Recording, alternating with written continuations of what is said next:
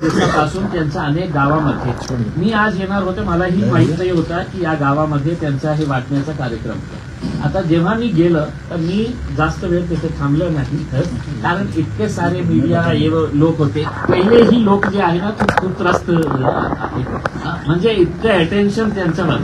तर मी त्यांना विचारलं, त्या अधिकाऱ्यांना विचारलं की काय तिथे आहे. तर त्यांनी सांगितलं की सर जो आम लोग है वो लाला के कुछ ना कुछ दे रहे हैं. आमच्या माणसांनीही दिले. आम्ही जेव्हा रस्त्यात येत होतो तर त्यांना एक फोन आला की 2 सरपंच जे होते दुसऱ्या गावाचे, त्यांना हे वाटलं की फक्त या गावाला कशाला देतात, आमच्या गावालाही चला करके. तर ते गाडी दुसऱ्या गावाला घेऊन गेले ते. मग त्यांचं भांडणं सुरू होतं गाडीमध्ये की कशाला आपण या गावाला दिलेले आहे, आपण या गावाला देऊ आणि दुसरी गाडी उसमे. पण ते काहीतरी असं झालेलं आहे, याचा अर्थ हे नाही आहे. बघा, असा वेळी कोणीही माणुसकीच्या दृष्टीने काम करणार आहे आणि आमच्याकडून तर तुम्ही अपेक्षा करूच नका की आम्ही फक्त असं हे करण्यासाठी.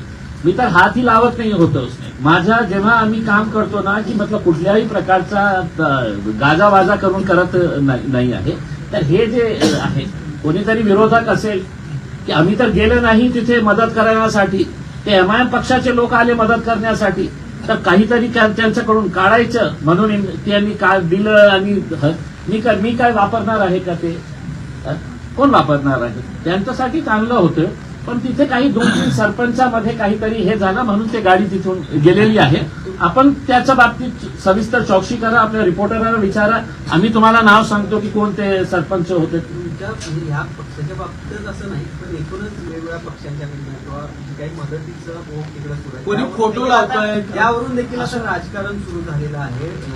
त्याच्यावर फोटो लावणं असेल किंवा वेगवेगळ्या प्रकारचे श्रेय घेणं, अशा पद्धतीचे देखील प्रकार सुरू असल्याचं पाहायला मिळतं. अशा सगळ्या संकट काळामध्ये हे तितकं दूर आहे. मी स्वतः माझं व्यक्तिगत मत हे आहे की आपण जेव्हा मदत करतो तर आपण राईट हँड मदत करणार असेल तर लेफ्ट हँडलाही याची जानकारी होऊ नये. म्हणजे एक कहावत है ना उसके अंदर कि आप दाएं हाथ से मदत कर रहे हैं तो बाएं हाथ को भी पता नहीं चलना चाहिए. म्हणजे आपणही बघितलं असेल आणि आपणही छापले असेल की 6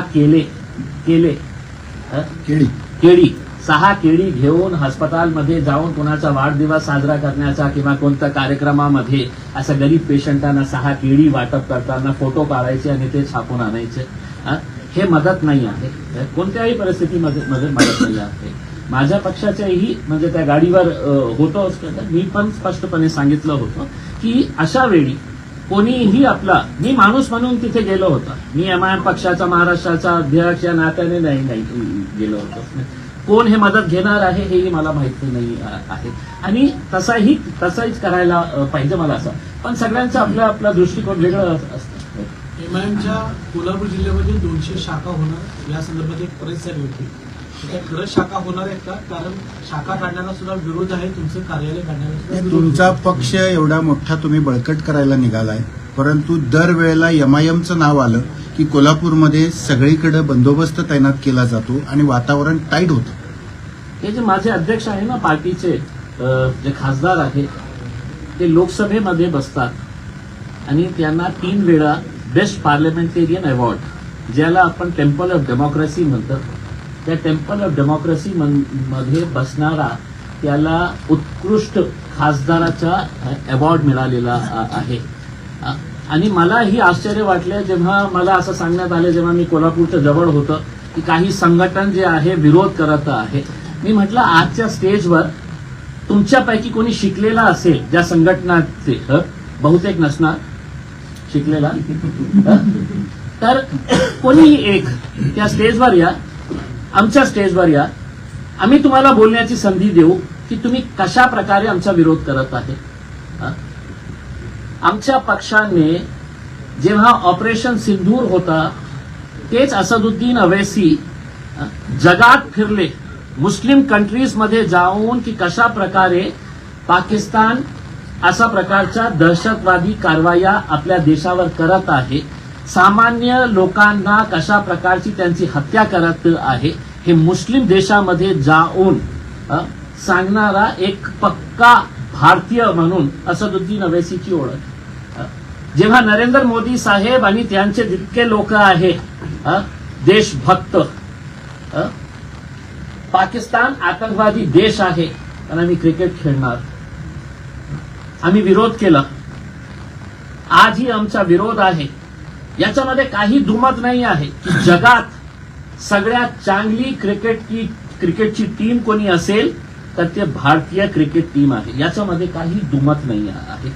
पण एक एशिया कप तुम्ही आणलं, त्याचा विरोध आम्ही केलं होतं आणि त्याचं कारण एक होतं की आम्ही ते क्रिकेट टुर्नामेंट नाही खेळलं असतं तर आम्ही जगाला हे दाखवलं असतं की आम्ही टेररिझमच्या कसल्याही प्रकारचे कॉम्प्रोमाइज करणार नाही आहे.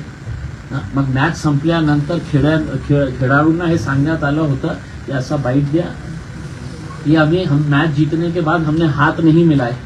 मग बॉलिंग करताना डोळे झाकले होते का? कॅच पकडताना हे नॉनसेन्स जे हे होतं ना, सगळ्यांना आनंद झाला, जिंकलं. पण नाही खेळलं असतं तर बहुतेक एक खूप मोठा संदेश आपण जगाला दाखवले असते की आम्ही हे बॉयकॉट या कारणाने केले की हे कंट्री जे आहे ते आमच्या देशावर, सामान्य लोकांवर अशा प्रकारचे वारंवार हल्ले करत आहे फक्त पैशासाठी. कशामुळे खेळलं तुम्ही? मोदी है तो मुमकिन है, पण बीसीसीआई ला कंट्रोल करू शकत नाही तुम्ही. नहीं बीसीसीआई को करना पड़ता है करके. We have a logical reason. हम बीसीसीआई को, हम आईसीसी को हम कन्विंस करे होते, इंटरनेशनल क्रिकेट की बॉडी को हम कन्विंस करे होते कि हम ये खेल इसलिए नहीं खेल रहे हैं कि जो खिलाड़ी हमारे सामने है वो उस देश से आते हैं जहां पर सिर्फ आतंकवाद पनप रहा है करके. पण खेळलं तुम्ही. आणि आज महाशयने सुना असा स्टेटमेंट केलेला आहे की ऑपरेशन सिंदूर असू द्या किंवा क्रिकेट असू द्या, आपण जिंकणारच. ऑपरेशन सिंदूर ची तुलना तुम्ही क्रिकेटशी करू शकत नाही नरेंद्र मोदी साहेब. हे खेळ आहे, कोणी खेळणार, जिंकणार, कोणी. पण ऑपरेशन सिंधू कशामुळे झाला? सामान्य असा लोक काश्मीरमध्ये फिरत होते, आतंकवादी चलत चलत आले, टहलते टहलते हुए आए, धड़ाधड़ मार दिए, निकल के चले गए. काल तुम्ही त्या परिवाराचं काय हे होतं हे समजा की त्यांच्या घराच्या शेजारी जेव्हा फटाके वाजवत होते की आपण सेलिब्रेट करत आहे की आपण पाकिस्तानी, ज्या परिवारातले लोक आपल्या जीव दिलेले आहे त्या घटनेमध्ये, त्यांच्यावर क्या बीत रही होंगी उनके ऊपर, आप सोचिए. तुम्ही अनेक टीव्ही शो मध्ये डिबेटला जाता म्हणून हा प्रश्न विचारतो की केरळमध्ये, आता कोणी बोलवत नाही. केरळमध्ये भाजपचे एक प्रवक्ता आहेत पिंटू महादेव, यांनी एका टीव्ही शो मध्ये काल राहुल गांधींना छातीत गोळ्या घालेल अशा पद्धतीचे वक्तव्य केलेलं आहे. अशा टाईपमध्ये नॅशनल टेलिव्हिजनवरचं वक्तव्य तुम्ही कसं काय आहे की म्हणजे मला काही आश्चर्य वाटत नाही. म्हणजे तुम्ही टीव्ही स्टुडिओवर, ज्या माणसाचं नाव मी ऐकलं नाही आहे, तुम्ही सांगत आहे यांनी केलेलं आहे, जेव्हा लोकसभेमध्ये एक सत्ताधारी पक्षाचा खासदार मुसलमानांना उद्देशून जेव्हा पंतप्रधान बसलेले आहे, जेव्हा स्पीकर त्या कुर्सीवर बसलेले आहे, तेव्हा त्यांना ते ए लांडे, ए कटवे, ए मुल्ले, ए ते आतंकी, त्या लोकसभेमध्ये बोलणारा खासदाराला कोणी रोखलं नाही.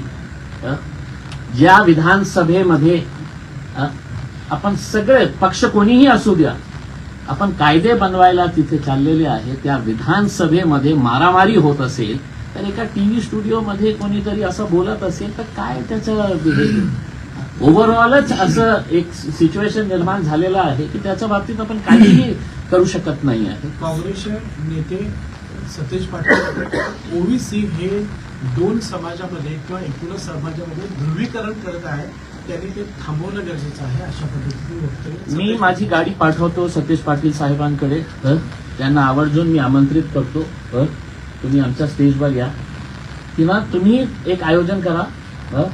ओवेसी साहेब नाही तर इम्तियाज अली तुमच्यासोबत बसायला तयार आहे, सगळं पत्रकार मंडळी आपण बसतील. तुम्ही विरोध करत असेल ना तर तुम्ही मला सांगा या गोष्टीचा विरोध करत आहे तर मलाही कळेल.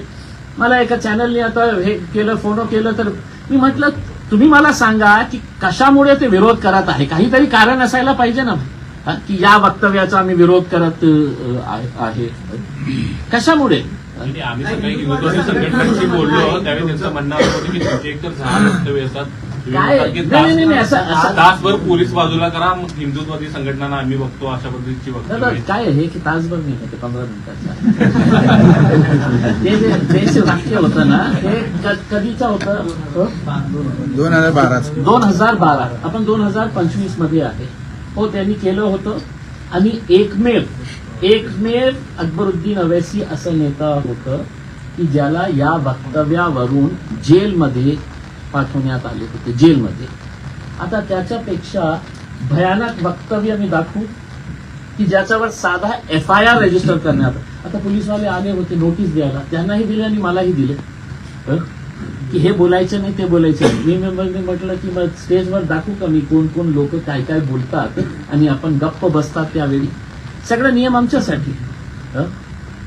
तर हे जे 2012चा संपलं ना, 2025 मध्ये आहे. आणि ते भाऊ आले का? त्यांचे मोठे बंधू आले ना, त्यांच्या बाबतीत काहीतरी बोला नव्हतं की यांनी असं बोललं होतं म्हणून आम्ही त्याचा विरोध करत आहे. त्या माणसाला शिक्षा झाली होती, कोर्टाने शिक्षा दिली होती आणि नंतर केस चालला आणि कोर्टाने त्याला निर्दोष सोडलं. आता तुम्ही तेच 100 वर्ष हेच चालणार की त्यांनी असं म्हटलं होतं. आपण ऐकलं असेल बाळासाहेब ठाकरेंचे भाषण कसे होते, प्रवीण तोगडियाचे भाषण कसे होते. इतके सारे जे महंत साधू लोक आज नवीन नवीन तयार झालेले आहे ते कशा प्रकारचे वक्तव्य करत आहे. हे अहमदनगरमध्ये ते कोण छोटासा ते जे आहे ते काय काय बोलतात म्हणजे एकदा कधी त्याच्या बाबतीत तुम्ही विचारणार नाही, बोलणार नाही. आम्ही जास्त महत्व देतो. एकीकडे हा सगळा विरोध होत असताना एकीकडे हा विरोध होत असताना तुम्ही सकाळीच एक प्रतिक्रिया दिली, ज्या प्रतिक्रियेनंतर त्या ठिकाणी मोठ्या प्रमाणात तणाव देखील निर्माण होऊ शकत होता. कारण तुमच्या कोणाच्या बापाचे जे कोल्हापूर नाही ती कोण घाणेरडी लोक आहेत असं देखील त्यामध्ये वक्तव्य. आणि या सगळ्या वक्तव्यामध्ये एकीकडे अशा पद्धतीने विरोध होत असताना अशा पद्धतीत जसं जहाल वक्तव्याचा मुद्दा समोर येतो. काय बोलू मी? हो, सन्मान्य सदस्य साहेब, तुम्ही विरोध करत आहे, तुमचा खूप खूप धन्यवाद करते. या देश कोणाचा बापाचा नाही आहे. पुन्हा एकदा आपल्या चॅनलमध्ये सांगतो, या देशामध्ये राहणारा सगळ्या जाती धर्माच्या लोकांचा हा देश आहे. त्याच्यामध्ये मुस्लिम समाज ही इतकंच त्या देशावर त्यांचाही अधिकार आहे. आणि तुम्ही विरोध करत असेल तर तुम्ही मला सांगा की इम्तियाज जलीलचा किंवा असदुद्दीन अवैसीचा या कारणाने आम्ही विरोध करत आहे. अरे कोणीही चिल्लर चालला उठतो, पोलिसांकडे जातो आणि त्यांना माहित आहे की आपण पोलिसांकडे जाऊन असं मेमोरंडम दिल्यानंतर बाहेर एक 25 मीडियावाले उभे आहे, एक नवीन नेता तयार होतो काहीतरी घाणेरडं बोलून. निवडणुकीच्या काळामध्ये मुस्लिमांचा फक्त वोट बँक म्हणून वापर केला जातो, परंतु आजही या महाराष्ट्रात मुस्लिमांना मुस्लिम नेता नाही. म्हणून साहेब तुम्ही मर्यादितपणे हे काम करताय. महाराष्ट्रामध्ये मुस्लिमांना नेता नसल्यामुळे त्यांची अवस्था सैरभैर झालेली आहे.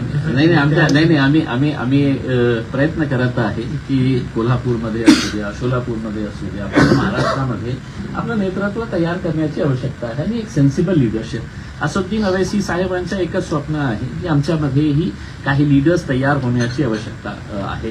आणि अशा प्रकारचे जे संघटनाच्या बाबतीत त्यांनी बोललेलं आहे ना उसके तशा प्रकारचे लोक नाही. काही सेन्सिबल लिडरशिप जे आहे ना ते तयार करण्याची आवश्यकता आहे आणि त्याच अनुषंगाने आमचं काम सुरू आहे. आम्ही 10 वर्ष MIM ला कोल्हापुरात बंदी, महाराष्ट्रात बंदी हेच ऐकत आलोय. कोणी केलं बंदी? म्हणजे यायला बंदी, एंट्रीला बंदी, पोलीस तैनात. तुम्ही बंदी केलं तरी येतो ना आम्ही. तुम्ही आज आलाय हो. कोल्हापूरची महानगरपालिकेची निवडणूक घ्यावी मग लढणार आहे का तुम्ही? कोल्हापूर नाही साहेब, मी माझा एक स्टेटमेंट केलं होतं महाराष्ट्राचा अध्यक्ष या नात्याने की आम्ही यावेळी महाराष्ट्राचे सगळे निवडणूक आम्ही लढणार आहे. ते महानगरपालिका, नगरपालिका, नगर परिषद, जिल्हा परिषद, पंचायत समिती सगळे. कारण आम्हाला हे दाखवायचं आहे की ज्या पक्षाच्या बाबतीत असं बोलायचं की नाही एका खासदाराचा ते पक्ष आहे, हैदराबाद पुरता मर्यादित आहे. आता महाराष्ट्रामध्ये तुम्हाला या निवडणुकीमध्ये दिसेल की आमचे जिल्हा परिषदचेही सदस्य जिंकून येणार आहे, आणि पंचायत समितीचेही सदस्य आमचे गावागावामध्ये आमच्या पण ह्याचा फायदा ह्याचा जो फायदा आहे नाही, आता काय आहे साहेब की आम्ही अनटचेबल आहे साहेब. आम्हाला कोणीही टच करायला तयार नाही, पण वंचित म्हणतो ना की भाजपच्या विचारसरणी सोडून इतर सगळे आम्हाला चालतात. तुम्ही वंचित बरोबर काम केलेलंच आहे, तर तसं काही शक्य होईल का? नाही, आता काय आहे की त्यांचे जे प्रमुख आहे त्यांनी स्पष्टपणे सांगितलेले आहे की आम्ही MIMशी युती करणार नाही आहे. ठीक आहे, त्यांचा निर्णय आहे, आम्ही त्याचा आदर करतो. पण याचा अर्थ हे होत नाही आहे की आज मी चॅलेंज करतो, MIM पक्ष एकटा लढायला तयार आहे. भाजप, एकनाथ शिंदे, अजित पवार, शरद पवार, उद्धव ठाकरे हे वेगवेगळ्या लढण्यास तयार आहे का? तुम्हाला याची क्रचेसची आवश्यकता कधी पडतं? जेव्हा आपण कमजोर असताना कोई तो भी यार एक पार्टनर अपने को चाहिए साथ में, चलते उसमें लड़ो, आप भी लड़ो और हम भी लड़ते हैं, देखा जाएगा. घोड़ा मैदान सामने रहेगा, फिर देखा जाएगा. लेकिन फिर हर कोई बड़ी बड़ी पार्टियां जो है, उद्धव ठाकरे राज ठाकरे को मनाने में लगे हुए हैं. राज ठाकरे के घर के ऊपर देवेंद्र फडणवीस साहब बार बार जाके है तो पहुंच जा रहे हैं कि कर मत दोस्ती, मेरे हालत खराब हो जाएगी करके. तो ये सब जो चल रहा है ना, ये खौफ का माहौल है, डर का माहौल है. राज्यात ज्या ठिकाणी आपण गेल्या निवडणुकीत वंचितवर अशी टीका झाली की भाजपची बी टीम म्हणून वंचित काम करते, अशी गेल्या निवडणुकीत टीका झाली. आता सुद्धा आपल्यावर सुद्धा टीका होती की तुम्ही बी टीम भाजपची म्हणून काम करताय, म्हणजे काय त्यात काय तथ्य आहे का? कारण सर मला असं वाटतं तिथं मतांचं पोलरायझेशन होतं, अशा प्रकारचा एक ठोकताळा बांधला जातो, तशा प्रकारचा आरोप केला जातो. आणि MIM आली की भाजप काँग्रेसची परंपरागत वोट बँक दिलेली होते आणि त्यामुळे तिकडे पराभव. यालाच धरून एक प्रश्न, जर स्थानिक स्वराज्य संस्थेच्या निवडणूक आपण सर सगळीकडे लढणार असेल तर त्याचा फायदा भाजपला होणार हे जवळपास निश्चित मानलं जातं. त्याबद्दल पण स्पष्ट मी माझ्या पक्षाच्या बाबतीत निर्णय घेऊ, माझ्या पक्षाच्या वाढवण्यासाठी मी काम करू, की माझ्यामुळे कोणाला फायदा होतं, कोणाला नुकसान होतं, घाटा होतो. सर्व पक्ष आहे रजिस्टर्ड इलेक्शन कमिशन मध्ये MIM पक्ष रजिस्टर्ड आहे. आता मी हमने लढणे नाही, तो हमने गोट्या खेळते राहणार. हमने सिर्फ मी ओवैसी साहेब फक्त गोट्या खेळायचं काम राहिलेलं आहे, पक्ष लढायचेच नाही आम्ही. देखील म्हणजे मी कुणाला पाडलं होतं आमदारकीमध्ये, कोणाला पाडलं होतं आमदार जेव्हा निवडून आलं होतं, तर तेच भारतीय जनता पार्टीला पाडलं होतं, शिवसेनेला पाडलं होतं. खासदार जेव्हा निवडून आलं तेच भाजप आणि शिवसेनेच्या कंबाईन कॅन्डिडेटला पाडलं होतं. आणि आताही माझा जे पराभव झालेला आहे, कोणाचा विरोध झालेला आहे, कोणाचा विरोध झालेला आहे, तेच भारतीय जनता पार्टीचा उमेदवार ज्याच्या विरोधात मी पराभव झालो, फक्त 2000 मतांनी पराभव झालो. म्हणजे याचा अर्थ काय आहे, मी कोणाला पाडण्यासाठी असं असलं असतं तर मी गेलं होतं ना कुठेतरी कोणाच्याही विरोधात उभे राहिलं असतं. ऐसा नहीं है. देखिए मतलब ये सवाल जो है ना, अब मेरी रिक्वेस्ट है मीडिया वालों से, ये सवाल के ऊपर बंदी लगा दीजिएगा करके, क्योंकि मैं राजनीति में आने के बाद से कम 500 मरतबा इसका जवाब दे चुका हूँ. उसमें हर प्रेस कॉन्फ्रेंस में पत्रकार का फर्ज होता है ये पूछने का कि तुम बीजेपी की बी टीम. आय लव्ह मोहम्मदचा एक विषय आता परत पुढे आलाय. कॅम्पेन चालू आहे. कॅम्पेनिंग चालू आहे.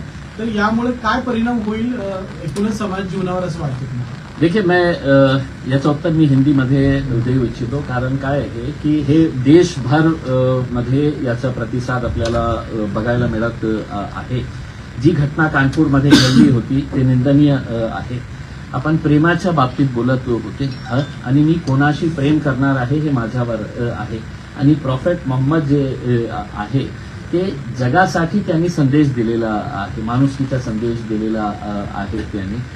ठीक आहे, तुम्ही त्यांना मानणार नसेल, पण मेरी एक ईमानदारी से एक ये है कि किसी भी धर्म गुरु, किसी भी धार्मिक जो भी बड़े होते हैं, उनके खिलाफ इस तरह की हरकत करना, जो आज हमें अहमदनगर के अंदर पता चला कि किसी ने रंगोली बना के वहां पे आई लव मोहम्मद लिख के ये किए हैं करके, मैं आपके जरिए तमाम नौजवानों से ये अपील करना चाह रहा हूं कि आप ये मत समझिएगा कि अगर किसी ने ये कहा कि आई लव मोहम्मद और किसी ने उसका विरोध किया तो उनकी शख्सियत के ऊपर कुछ फर्क पड़ता है करके. जो लोग बड़े हैं वो बड़े ही रहते हैं. आप जिसको मानते हैं, आप अगर भगवान राम को अगर मानते हैं तो आपको मानने का पूरा अधिकार है। आई लव भगवान राम आपको लिखने का अधिकार है इस देश के अंदर, हाँ? और कोई ने किसी ने भी निकालना नहीं चाहिए। मैं अगर कोई गाली अगर लिख रहा हूं किसी के बारे में तो आप उसका विरोध करिए, लेकिन अगर मैं ये कह रहा हूं कि आई लव मोहम्मद, तो इसके अंदर क्या गुनाह था कि जिसकी वजह से आज उसको इस तरीके का बहु बना दिया गया है कि मानो कोई वो एक आतंकी एक शब्द का इस्तेमाल किया जा रहा है करके उसमें। मतलब he is everything for the Muslim community. मुस्लिम समाजासाठी प्रेक्षक मोहम्मदपेक्षा कोणीही मोठं नाही आहे, ते सर्व आहे आमच्यासाठी। आणि तुम्ही असं सांगत असेल की मी तुम्हाला हे बोलण्याचा अधिकार नाही आहे, तुम्हाला लिहिण्याचा अधिकार नाही आहे, तर हे कुठे चाललेलं आहे?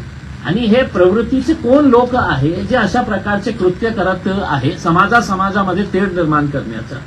म्हणून मी लोकांना हे खासकर से मैं नौजवानों से अपील करना चाहूंगा कि आपको अगर ये बताना है कि आई लव मोहम्मद, तो मोहम्मद ने आपको, प्रॉफेट मोहम्मद ने आपको जो जो बातें बताई है एक इंसान के तौर के ऊपर कैसा जीना है करके, तो आप अपने अमाल के जरिए उसको बताइएगा। ये मत बोलिएगा कि साहब मैं तो मोहम्मद साहब के बताए हुए रास्तों पे चल नहीं रहा हूं, लेकिन मैं उनको आई लव मोहम्मद लिख के है तो अपना फर्ज निभा रहा हूं करके, तो ये मत करिएगा। उसमें उन्होंने जो रास्ते पे बताए हैं, जो देखिए जो भोंकने वाले हैं वो भोंकते रहेंगे, जो फजूल के कामा करने का है, और ये वही लोग हैं साहब,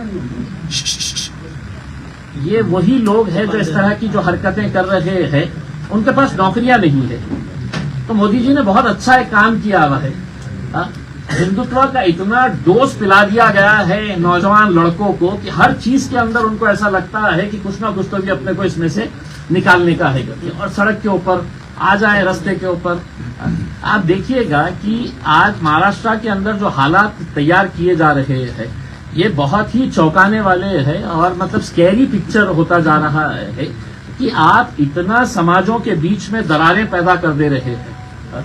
और पहले तो आपको सिर्फ ऐसा लगता था कि भाई हिंदू और मुसलमान करके अपनी राजनीति की रोटियां सेक ले करके, अब हिंदू और मुसलमानों के साथ आपने मराठा और ओबीसी को भी लगा दिए हैं। फिर मराठा और ओबीसी के साथ है तो आपने तो धनगरों को भी खड़ा कर दिए है कि आप इनसे लड़ लो, ओबीसी को ये कर दिए है कि आप इनसे लड़ लो, बंजाराओं से लड़ लो, आदिवासियों से लड़ लो करके। तो ये जो है ये देश के लिए बहुत घातक है, हम समझते हैं। तुम्ही शाहूंच्या भूमीत आहे, तुम्ही आता जी काही वक्तव्य केली ती ह्या पूर्वी देशामध्ये कधी घडली नव्हती। आता आय लव मोहम्मदचा मुद्दा येतोय, गरब्याला मुस्लिमांना प्रवेशबंदीचा येतोय, लव जिहादचा मुद्दा येतोय, नेमकं काय देशामध्ये चाललंय? नहीं, मैं बताया ना की बहुत स्कॅरी पिक्चर है। आणि विशेषकर मला तर आश्चर्य हे वाटलं की मी आज कोणाच्या धर्तीवर आलेलं आहे। मी छत्रपती शाहू महाराजांचा, आणि हे जे लोक जे माझ्या मित्रांनी सांगितलेले ते तुम्ही सांगितलं त्याच्या बाबतीत काय बोला म्हणजे चिल्लर काय बोला मी हा पुन्हा बोलतो, ते फालतू लोक जे आहे ना, हे फालतू लोकांनी कृपा करून छत्रपती शाहू महाराज कोण होते आपण वाचलं नसेल तर माझ्याकडे पुस्तक आहे, मी वाचलेलं आहे छत्रपती शाहू महाराज कोण होते।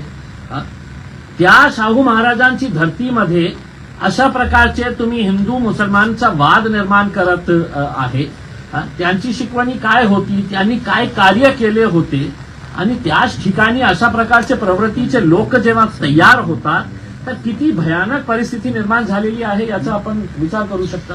एकंदरीत हा देश संविधानावर चालला आहे असं वाटतंय का तुम्हाला? आपको लगता है कि सर आपको लगता अगर होगा, आपको नहीं लगता है, इसीलिए आपने ये सवाल किए हैं। अगर चल रहा होता तो आपने मुझसे ये सवाल नहीं किए होते। संविधान की धज्जियां उड़ाने का काम अगर कोई कर रहा है तो इस वक्त हुकूमत चाहे वो महाराष्ट्र की हो या केंद्र के अंदर हो, ये इनका संविधान से कोई लेना देना नहीं है।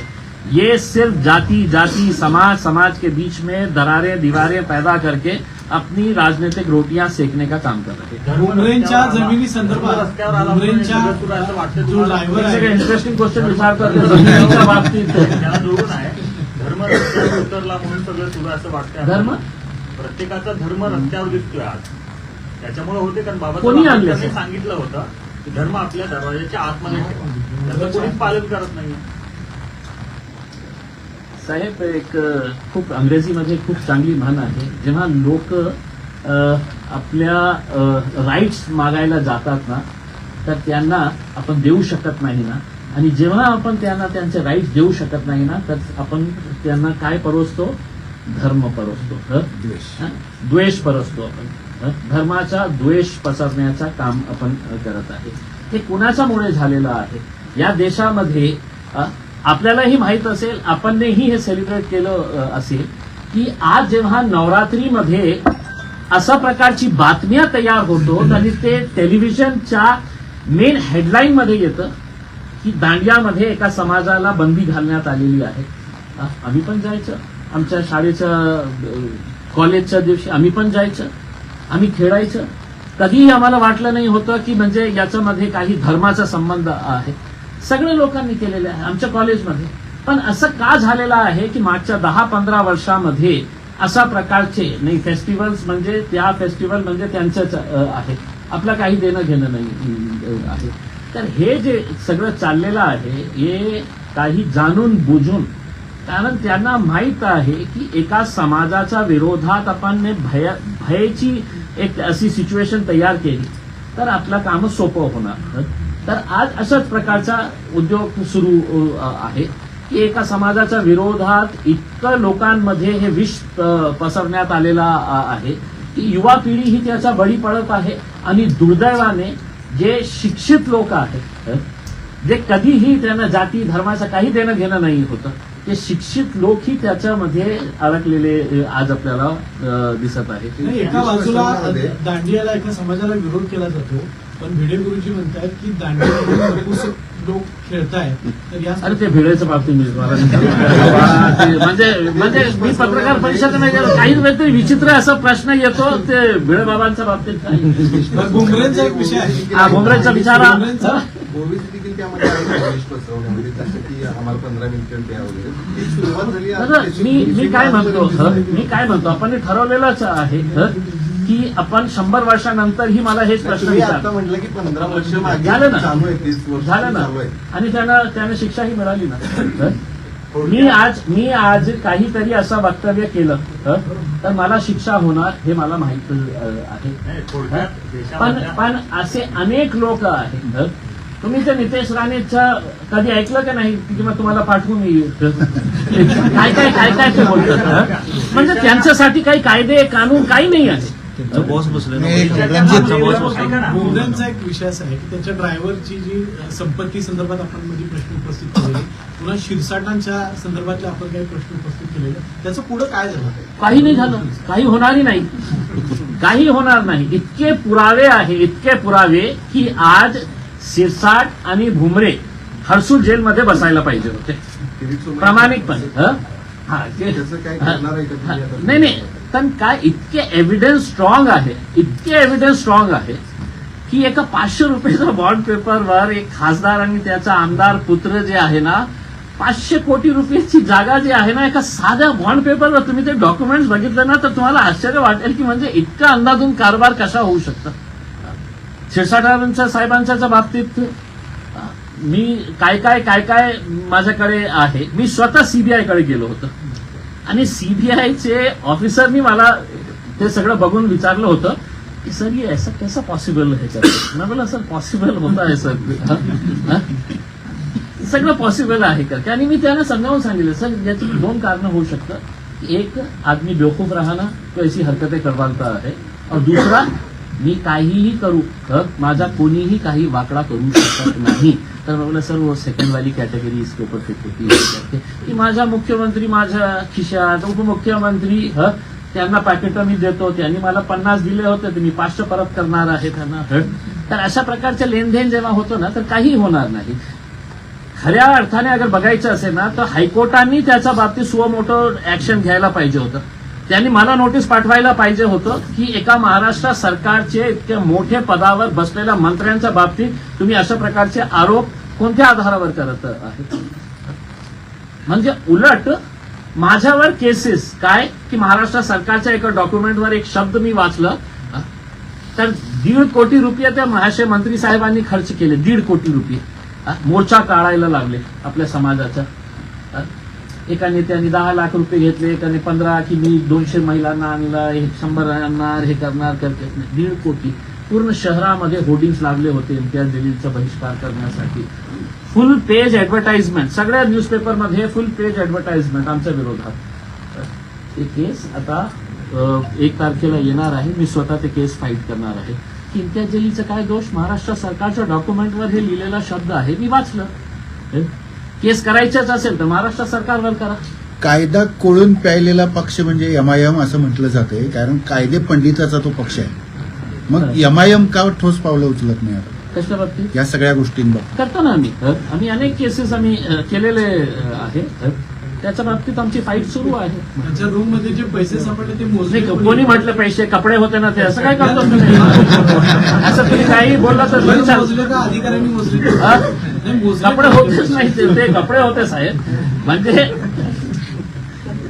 ठीक आहे, एक म्हणजे पत्रकारांनीही कितकं बावळा समजतं ते की कोण म्हटलं ते पैसे होते, तर मी बाहेरून आलो होतो आणि ते पैसे होते, दे कपडे होते त्याच्यामध्ये. अब मैं जूम कर करके देख ले रहा हूं, मैं बोला यार हो सकता है कि शर्ट के डिजाइन के ऊपर 500 के नोट छपे हुए तर शिंदेला कधी घेतलं पक्षामध्ये? कोणते सर हे नाही, आमचे खूप मोठे चाहते आहे. 12 वर्षापासून आमचे काकासाहेब काकडे आमचे खूप मोठे काकासाहेब काकडे आमचे खूप मोठे चाहते आहे. परवा मराठवाड्याचा विषय झालेला आहे. स्वतः मुख्यमंत्री पंतप्रधानांना भेटले, प्रस्ताव द्या म्हणले, प्रस्ताव दिलाय का नाही अजून त्याचा पत्ता नाहीये. पण पीएम केअर फंडातून सुद्धा मदत करायची मागणी होते, त्या बाबतीत पण काढावा का पीएम केअर फंड पुढे आला पाहिजे का? का काढला जातो? तो कोरोनासाठी एक स्पेशल गोळा केला होता आणि त्यासाठीच त्याला खर्च करायची गरज आहे असं तिने एक आज सांगितलं, म्हणून तू करू शकत नाही. नाही, काय आहे की त्याच्या बाबतीत डिटेल्सही तुम्ही मागू शकत नाही. पीएम केअर फंड मध्ये किती फंड आलेला आहे, कोणी दिलेला आहे, कशा दिलेला आहे याची जानकारी तुम्हाला मिळणार नाही आहे, कारण ते नॅशनल सिक्युरिटीचा मुद्दा आहे. तर अशा प्रकारचे जे सीएम फंड संदर्भात काल मुख्यमंत्र्यांनी स्टेटमेंट केलं की तो कोविड काळामध्ये ठेवलेला आहे, त्यामुळे त्यात बदल करता येत नाही आणि तो कसा करायचा जर कुणाला माहिती असेल तर मला सांगा असं म्हटलं. कारण ते उद्धव ठाकरेंच्या कालावधीत झालं. आपण ते सगळे बावळट लोक आहे साहेब, आपण काय त्यांना इतकं हुशार माणूस 700 कोटी रुपये तसेच पडून आहे. कोरोना काळातून ते गोळा केलेले बहुतेक ते वाट बघत असेल की पुन्हा करोना येणार कधीतरी, तर आपण त्यावेळी आपण खर्च करू शकतो. म्हणजे अशा प्रकारचं जेव्हा उत्तर देतं ना एका, बघा मुख्यमंत्री हुशार आहे, याच्यामध्ये काही दुमत नाही आहे, आम्ही रिस्पेक्ट करतो त्यांचं. पण अशा प्रकारे जेव्हा आपले शेतकरी जे आहे ते खूप त्रस्त झालेले आहे, काहीतरी त्यांना एक निर्णय घेण्याची आवश्यकता आहे. तुम्ही निर्णय घेत नाही आहे. आणि जेव्हा आज मी बघतो की एक मोठा इंडस्ट्रियलिस्ट 2 शहर खरीदणार आहे, 2 शहर खरीदणार आहे, अशा प्रकारचं ते त्याच्यामध्ये किती तथ्य आहे मला माहित नाही आहे, पण किती 1000 एकरचे जागा एक उद्योगपती त्यांचे जवळचे जे आहे ते खरीदणार आहे महाराष्ट्रामध्ये. दुसऱ्या साईडला शेतकऱ्यांचं काय हाल आहे, बाकीचे मुद्दे शाम के जलसे. राहुल गांधींनी पूरा 200% बराबर है. तुमचा पराभव सुद्धा त्यात मतचोरीतून झालाय बता का? रहा हूँ, उससे पहले ही हमारे बैरिस्टर असदुद्दीन अवैसी साहब ने इलेक्शन कमीशन के पास जाकर तो पूरा उन्होंने ये बताए थे कि किस तरीके से ये घोटाले हो रहे हैं करके. उसमें राहुल गांधी साहब ने उठाए हैं, हम उसका पूरी तरीके से समर्थन करते हैं. और मैं इस वजह से इस बात को बहुत संजीदगी से ये कहता हूं और पूरी जिम्मेदारी के साथ कहता हूं कि मैं भी उसका शिकार हुआ हूं. वोट चोरी आज के दिन अगर इलेक्शन कमीशन को इस देश के अंदर लोकशाही को जिंदा रखना है तो कहीं ना कहीं आपको इलेक्टोरल रिफॉर्म्स लाने की जरूरत है. दुनिया का सबसे बोगस, सबसे फालतू अगर कोई सिस्टम है तो वो हमारा इलेक्टोरल सिस्टम है. कि इंक मिलेंगी नहीं आपको, हमारे पास ही इंक रहती है. भाजपा के पूरे नेताओं के पास वो इंक लगी हुई है. रेड हँडेड आम्ही पकडलं, रेड हँडेड इलेक्शनच्या दिवशी कशा प्रकारे आधार कार्ड हे सगळं घेऊन ते इंक लावत होते. म्हणजे खूप सारं रिफॉर्म करण्याची आवश्यकता आहे. लोकशाही आपल्याला टिकवायची असेल तर. पण ते होणार नाही आहे, कारण त्यांना सत्तेमध्ये बसण्यासाठी काय काय लागतं ते सगळ्यांना कळलेलं आहे. ठीक आहे sir, Thank you. Thank you very एक मच. शेवटचा प्रश्न. 3.5 शक्तिपीठांपैकी एक महत्वाचं असणारं अंबाबाई मंदिर आहे. नवरात्रोत्सव चालू आहे. याच नवरात्रोत्सवामध्ये लाखो भाविक अंबाबाईच्या दर्शनाला येतात. त्यावेळेला पोलीस बंदोबस्त तिथे तैनात असणं आवश्यक असतं आणि पोलिसांवरती त्याचा अतिरिक्त भार असतो.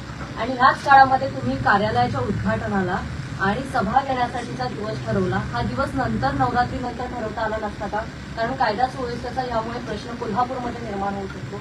अशी तुम्हाला शक्यता वाटली नव्हती. ह्याचा विचार कुठे केला होता पक्षाने? सर्वप्रथम तर जे दिवस आहे मी आपल्याला हार्दिक शुभेच्छा देतो याच्या बाबतीत. आणि जे कार्यक्रम ठरलेला होता 6 महिने अगोदर कुठली सभा कोणत्या राज्यामध्ये होणार आहे त्याचा शेड्यूल ठरलेला असतं. तर आमची अपेक्षा हेच आहे की शांतीपूर्ण तरीकेने हे होणार आहे. आणि खूप सारे शहरामध्ये खूप सारे नेत्यांची सभा होत आहे.